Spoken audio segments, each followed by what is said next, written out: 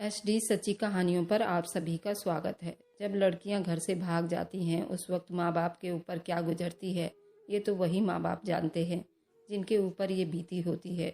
वे लड़कियां ऐसा करती हैं, वे सिर्फ अपने बारे में सोचती हैं।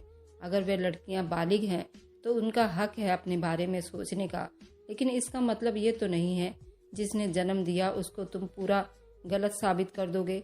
आप ये बात हमेशा याद रखो कि आपसे अच्छा हमेशा तुम्हारे लिए जीवन साथी चुनने के लिए तैयार रहते हैं और तुम्हारी आज का देखकर नहीं, तुम्हारे फ्यूचर का देखकर वे सारा कदम उठाते हैं। और तुम इस एक महीने या एक साल जो भी तुम्हारे प्यार के अंदर आता है उसके लिए तुम सबको भूल जाते हो जिसने तुम्हें जन्म दिया होता है और अपने माँ बाप को पीछे रोता बिलखता छोड़ देते हो और समाज की नज़रों में उनकी इज्जत दांव पर लगा देते हो और उनके ममता को खून करके तुम घर से भाग जाते हो। तो आप लोग इस कहानी को जरूर देखिए जो आपके होश उड़ा देने वाली है और इसी घटना पर यह सच्ची कहानी आपके रोंगटे खड़े कर देगी। तो चलिए शुरू करती हूँ ये कहानी। शादी के अगले दिन पति ने मुझे 6 लाख रुपए दिए और मेरे चेहरे पर खींचकर 6 थप्पड़ मारे थे। पति के हाथों में निशान मेरे चेहरे पर छप गए थे। मेरा तो दिमाग घूम गया था। उसके बाद पति ने मुझे घर से निकाल दिया। सास बोली, अपने सातों भाइयों को बता देना कि आज हमने अपना बदला ले लिया है। मैं रोती हुई घर पहुंची तो सातों भाइयों ने मेरे हाथ में एक कागज़ थमा दिया और कहा, जाकर अपने पति को दिखाओ, वह तुमसे माफ़ी मांगेगा और अपनी माँ को थप्पड़ मार कर घर से निकाल देगा। मैं वापस जाकर अपने पति को वह कागज़ दिया तो मेरे सर पर आसमान टूट पड़ा, क्योंकि पति ने तो। ये था कहानी का शीर्षक। अब सुनिए मेरी पूरी कहानी। आज शुक्रवार का दिन था और बहुत से लोग मस्जिद में नमाज पढ़ने जा रहे थे। मैं मस्जिद के बाहर बैठी भीख मांग रही थी। मैं इसी तरह से भीख मांगकर अपना गुजारा किया करती थी। मस्जिद में कोई भी खूबसूरत लड़का जाता तो मैं उसकी तरफ हसरत भरी निगाहों से देखा करती थी और दुआ करती, मेरी इस लड़के से शादी हो जाए तो मेरी ज़िंदगी भी संवर जाएगी।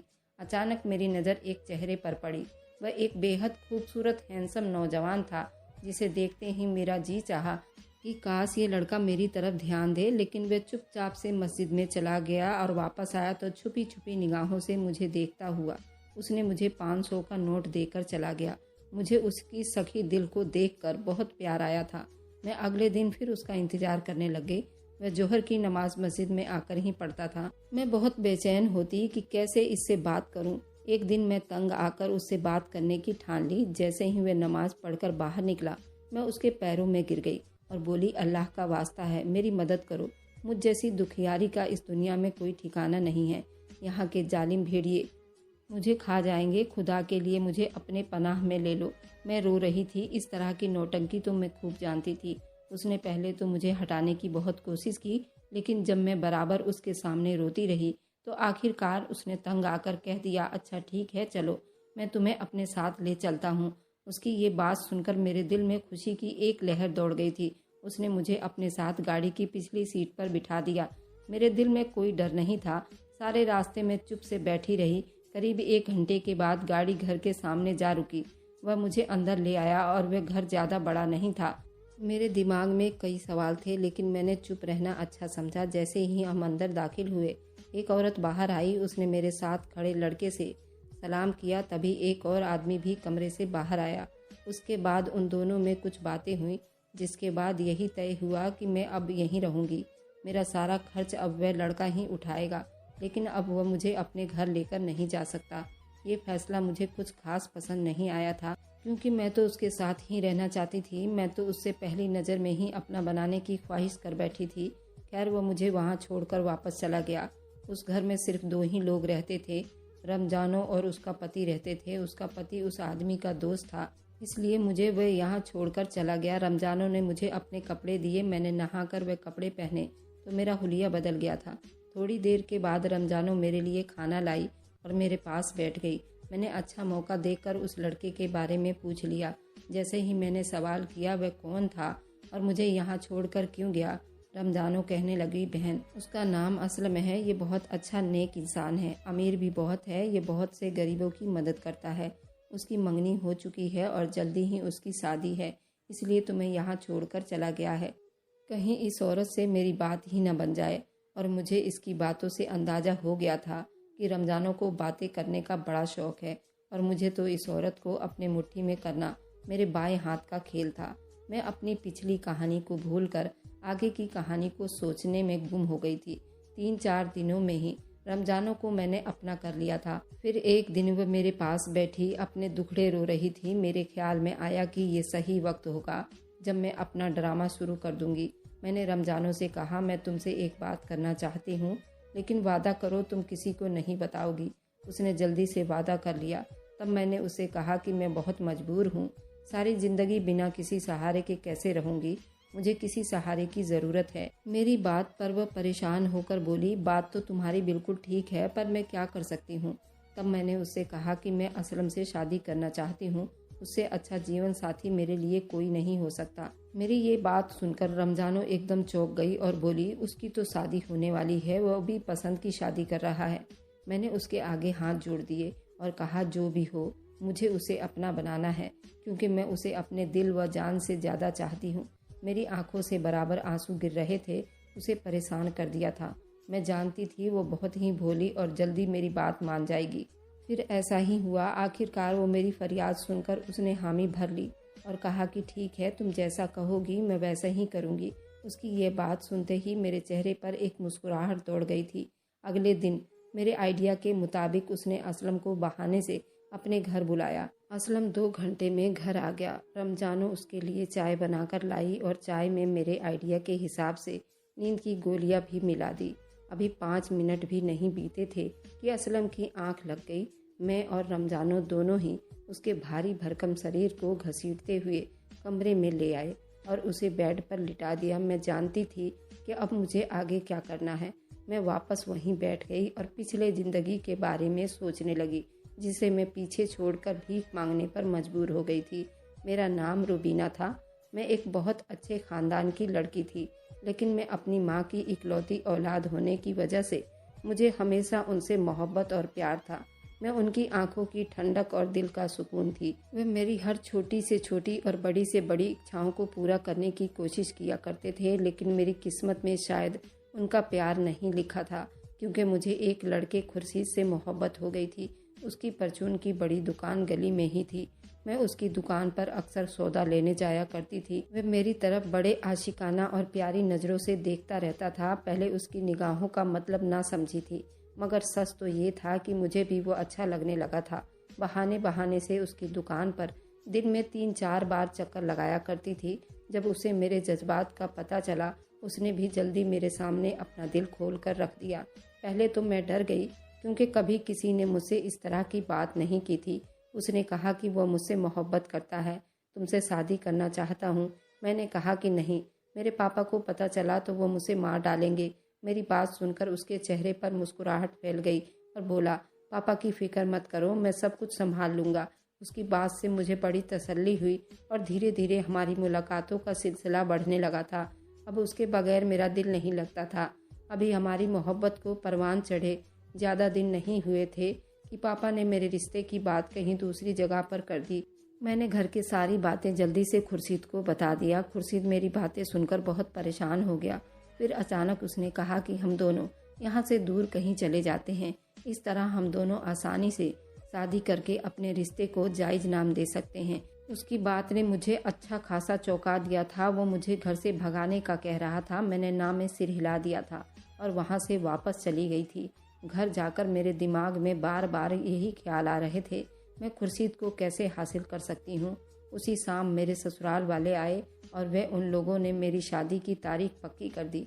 अब वह चीज़ मेरे लिए स्वीकार करना नामुमकिन था, क्योंकि मैं तो खुर्शीद से प्यार करती थी और मैं कैसे किसी और लड़के के साथ शादी कर सकती थी जिसे मैं जानती तक नहीं थी। बस फिर अगले दिन ही मैंने खुर्शीद से कह दिया कि मैं तुम्हारी हर बात मानने के लिए तैयार हूँ। मेरी बात सुनते ही उसके चेहरे पर मुस्कुराहट आ गई। उसने मुझे आगे का सारा प्लान समझा दिया। जैसे ही रात हुई, मैं घर से भाग गई। खुर्शीद पहले से ही मेरे इंतज़ार में था। हम दोनों बस स्टैंड पर पहुंच गए। वहां से कोलकाता की बस पकड़ ली और बस में बैठकर मुझे सारे रास्ते अपने माँ बाप की जुदाई का दुख होता रहा। मैं जानती थी कि अब मैं कभी वापस नहीं जा सकती। खुर्शीद मुझे एक गाँव जैसे इलाके में ले आया। हम दोनों वहाँ एक किराए के मकान में रहने लगे। मैं उस घर में पहुंचते ही उससे कहा कि हम दोनों शादी कर लेते हैं। मेरी इस बात पर उसने मोहब्बत से मेरी तरफ देखा और बोला, हाँ अब हम जल्दी ही शादी कर लेंगे। उसकी इस बात से मुझे तसल्ली हो गई थी, क्योंकि वह भी तो मेरी तरह घर बार छोड़कर ही आया था। हम पहली बार एक साथ रह रहे थे। जिंदगी बहुत खूबसूरत लगने लगी थी। यूं ही कुछ दिन बीत गए तो मैंने उससे जिद की, आज तो हमारा निकाह हो ही जाना चाहिए। पहले तो यूं ही बातें करता रहा, लेकिन जब मैंने अपनी जिद ना छोड़ी तो उसने कहा कि ठीक है, मैं जाता हूँ और निकाह के लिए मौलवी साहब को लेकर आता हूँ। ये कहकर वह बाहर चला गया और मैं तैयार होने लगी और वह सुबह का गया, अभी तक नहीं लौटा था। अब तो मगरिब की नमाज भी खत्म हो गई थी। मैंने उसका बहुत इंतजार किया, मगर उसकी कोई खबर न आई। पूरी रात मैंने अंगारों पर बिताई थी। मेरे पास कुछ नहीं था जिसे मैं साबित कर सकती थी कि उसका और मेरा कोई संबंध था। उसके बाद फिर वह कभी नहीं आया था। महीना खत्म हुआ तो मकान मालिक ने किराए की डिमांड कर दी, जो कि मैं पूरी नहीं कर सकती थी। अगले महीने की 10 तारीख को उसने मुझे धक्के देकर घर से निकाल दिया था। अब मेरे पास कोई ठिकाना नहीं था। मेरी मंजिल कहाँ थी मैं नहीं जानती थी। 2 दिन तक तो मैं ठोकरें खाती रही, लेकिन मुझे कोई ठिकाना नहीं मिला। मुझ जैसी गंदी लड़कियां जो माँ बाप का सर झुकाकर घर से बाहर भाग जाती हैं, उनके साथ तो यही होता है। फिर मैं अपना पेट पालने के लिए मस्जिद के आगे भीख मांगने लगी थी। यहाँ ना कोई मुझे जानता था, ना ही कोई अपना था। लेकिन एक दिन जब असलम को देखा तो लगा उससे अच्छा कोई इंसान हो ही नहीं सकता, इसलिए जल्दी उसकी तरफ कदम बढ़ा दिए। उन्हीं सोचों में डूबी मेरी भी आंख लग गई। कुछ पता नहीं चला, लेकिन सुबह का सूरज अभी निकला भी नहीं था कि मेरी आंख खुल गई। फिर मैंने वही किया जो मेरे प्लान का हिस्सा था। मैं जोर जोर से चीखने चिल्लाने लगी। मेरी आवाज़ पर असलम भी उठकर खड़ा हो गया। इतने में रमजानो और उसका पति भी कमरे में आ गया। तब मैं चीख चीख कर कहा, इस आदमी ने मुझे रात को नशे वाली चाय पिलाई थी और मैं बेहोश हो गई।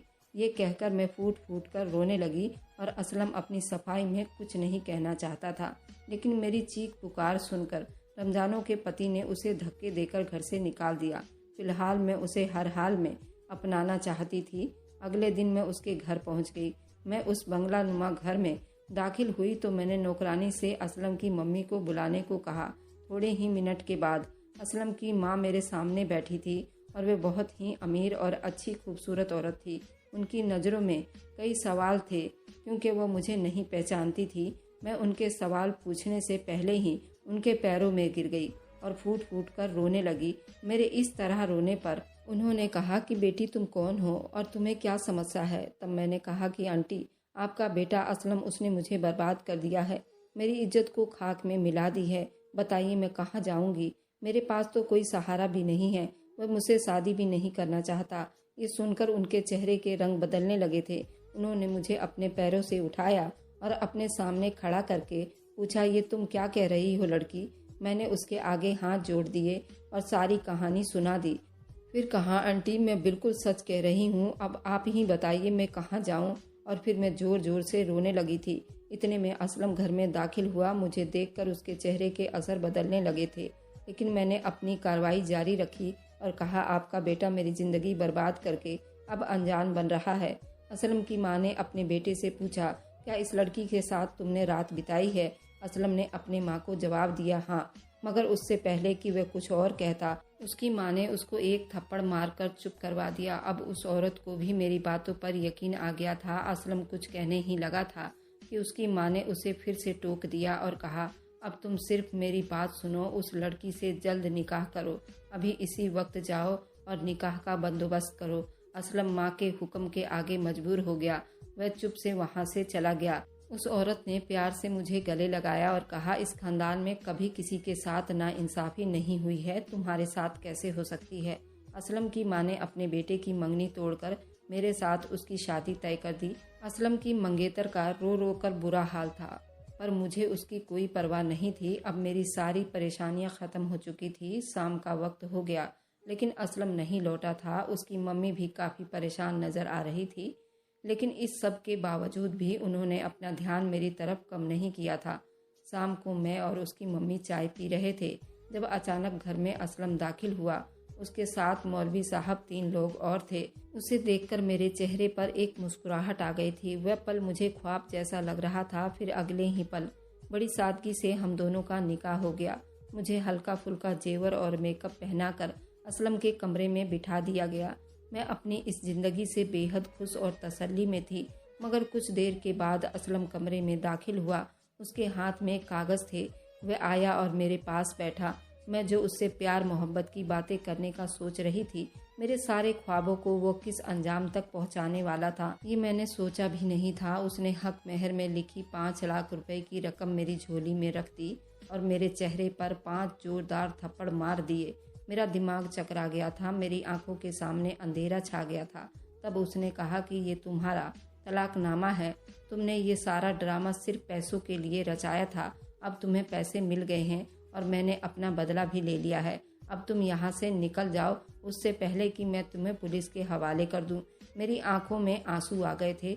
मेरी कैसी किस्मत थी कि शादी के रात ही पति ने मुझे डिवोर्स दे दी। उसकी मम्मी भी मेरी चीख पुकार सुनकर हमारे कमरे में आ गई।